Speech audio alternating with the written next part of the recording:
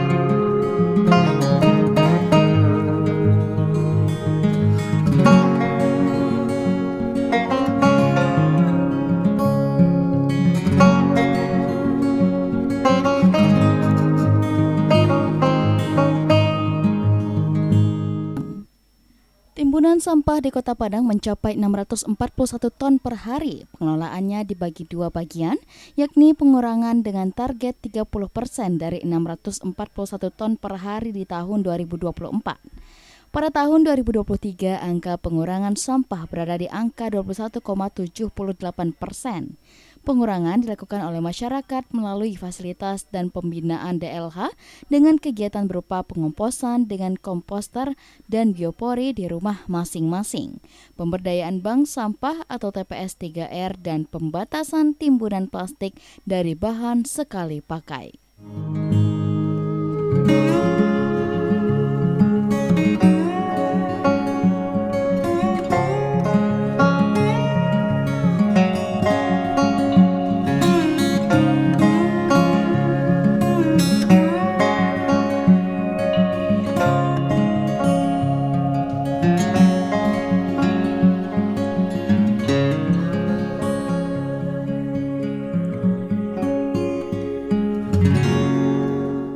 Saya alhamdulillah sampai menjelang akhir 2023 kemarin sudah ada tugas yang diberikan kepada camat dan lurah, yaitu bagaimana membentuk bank sampah per RW, ya, bank sampah per RW. Dan itu alhamdulillah sudah jalan.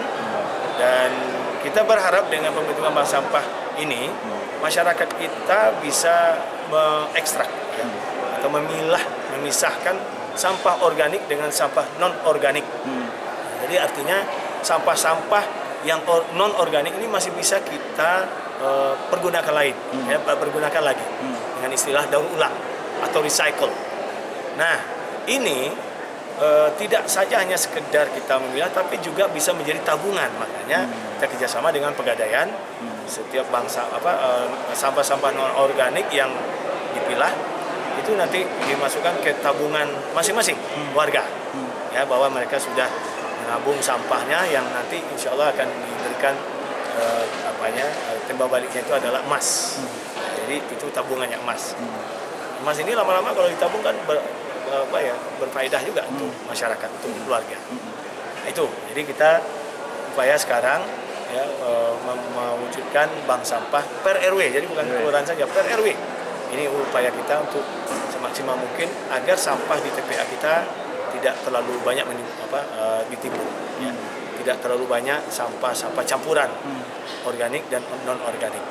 Jadi kalau bisa nanti yang sudah dipilah, yang tinggal organik ini bagaimana pula kita bisa mewujudkan hal yang seperti bisa jadi pupuk, bisa jadi makanan untuk maggot, ya, seperti itu, ya, bisa kita berdayakan kembali untuk perekonomian masyarakat.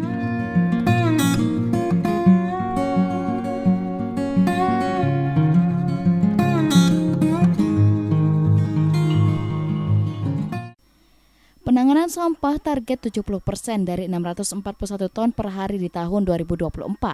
Pada tahun 2023, angka penanganan sampah berada di 73,69%. Penanganan sampah dilakukan oleh masyarakat melalui pengumpulan dari rumah ke bank sampah, TPS 3R, TPS oleh Lembaga Pengelolaan Sampah atau LPS dengan becak motor. Dinas Perdagangan melalui pengumpulan dan pengangkutan dari pasar ke TPA dengan truk amroli, Dinas Pariwisata melalui pengumpulan di kawasan pariwisata ke TPS dengan gerobak dan becak motor, kemudian DLH melalui pengumpulan di fasilitas umum dengan becak motor, mobil pick-up, truk jangkit, pengangkutan dari TPS ke TPA dengan truk amroli dan pemrosesan akhir di TPA dengan sistem controlled landfill.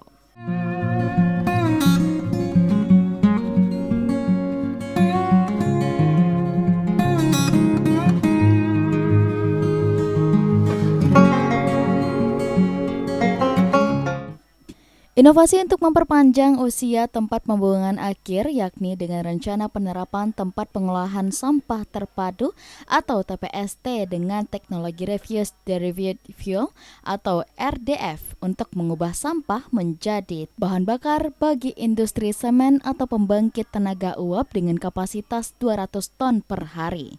TPST RDF ini direncanakan mulai konstruksi pada bulan Maret 2024 dan selesai pada Desember 2024.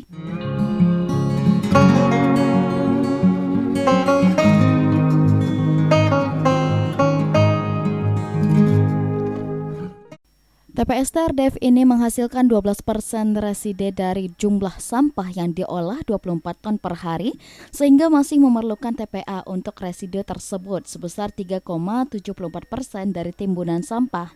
Namun, teknologi dengan kapasitas tersebut mampu memperpanjang umur TPA menjadi lebih kurang 10 tahun. Jika kapasitas RDF ditingkatkan setara dengan timbunan sampah saat ini, maka dapat memperpanjang umur TPA menjadi lebih kurang 84 tahun. Insya Allah ini bukan memperpanjang, ini bagaimana kita bisa mengurangi lagi. Okay. Karena kalau kita mencari lahan lain nggak ada lagi lahan. Nah, kita bagaimana jangan sampai over kapasitas pada tahun 2026 itu yang kita khawatirkan. Maka alhamdulillah dengan langkah-langkah yang kita sudah lakukan, dibuat bank sampah untuk dipilah non-organik dengan organik sehingga nanti tumpukan sampah-sampah non-organik di TPA itu tidak ada lagi. Karena kita menghasilkan sampah itu per hari 660 ton. Baru bisa berhasil kita mengambil 100 ton yang non-organiknya. Masih ada sekitaran 560 ton atau sekitar 400 ton yang organik, non-organik yang bertebaran di Kota Padang. Ini harapan kita, bagaimana mengajak masyarakat untuk merasa memiliki bahwa kita hidup di Kota Padang, tentu kita juga yang melindungi lingkungan Kota Padang untuk kita dan untuk anak cucu kita nanti. Salah satu juga RDF juga ya Pak Uli ya?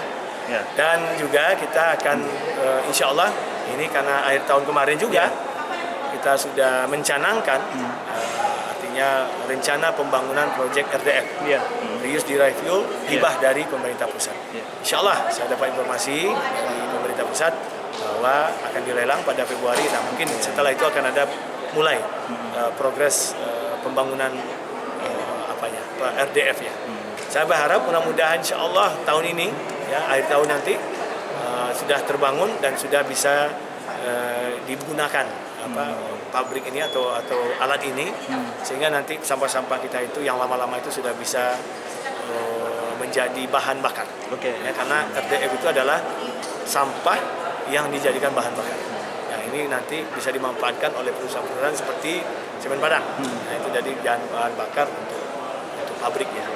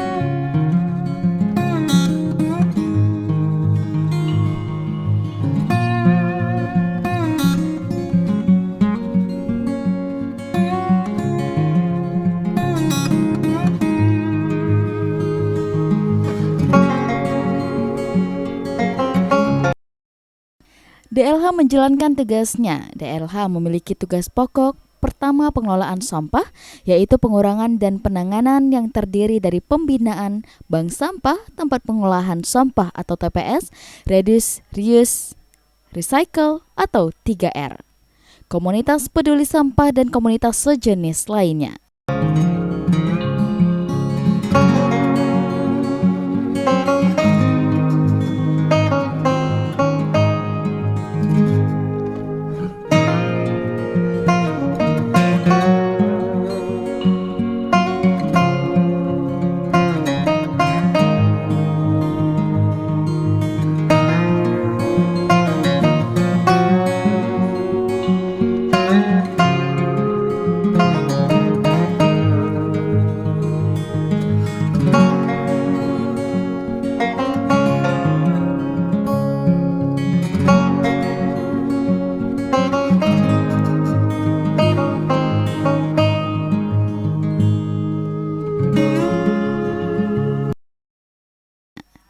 Dua, pertamanan dan pemeliharaan hayati, yakni pemeliharaan pohon pelindung, taman kota dan jalur hijau, perawatan ornamen kota, dan pengelolaan tempat pemakaman umum atau TPU.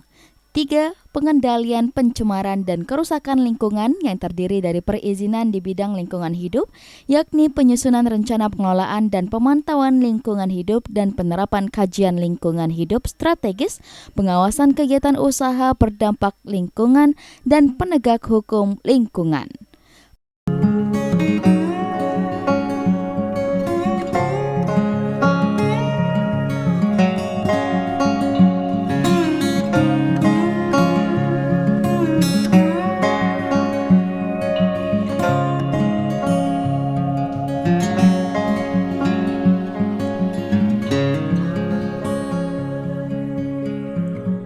Empat, peningkatan partisipasi masyarakat dalam pengelolaan lingkungan, yakni pembinaan sekolah adiwiyata dan kampung iklim, koordinasi dan realisasi program tanggung jawab sosial dan lingkungan atau CSR dengan pihak swasta.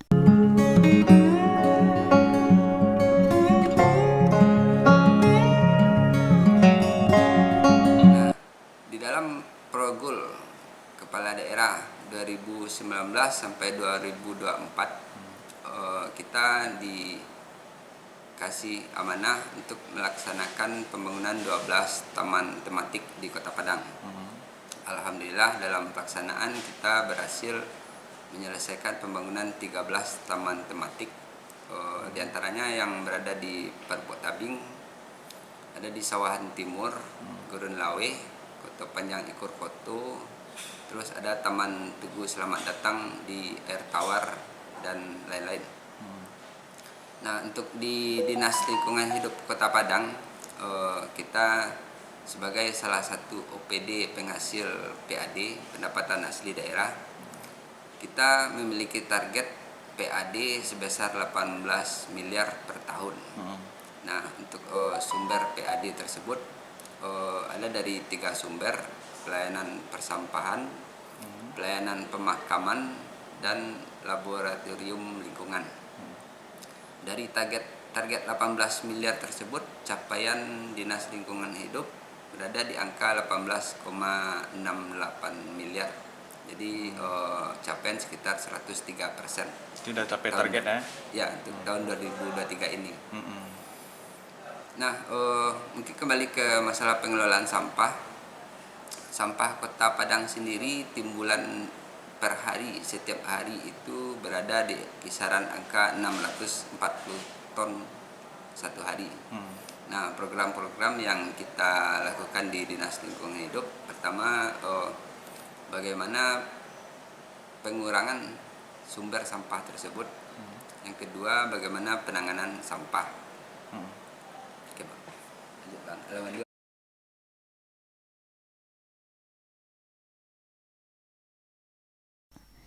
Tanggung jawab terhadap Progul Pemko Padang antara lain target DLH untuk membangun taman tematik di Kota Padang sepanjang tahun 2021 sampai 2023 ada sebanyak 12 unit. Namun terrealisasi 13 unit atau melebihi target dengan persentase 108%. Taman tematik tersebut adalah Taman Parupuk Tabing, Taman Sawahan Timur, Taman Gurun Lawas, Taman KPIK Kota Panjang, Taman Tugu Selamat Datang Air Tawar, Taman Nanggalo Surogadang Siteba, Taman Apeksi, Taman Pau, Taman Balai Baswo Lubek, Taman Bungus Teluk Kabung, Taman Kuranji, dan Taman Depan PWI.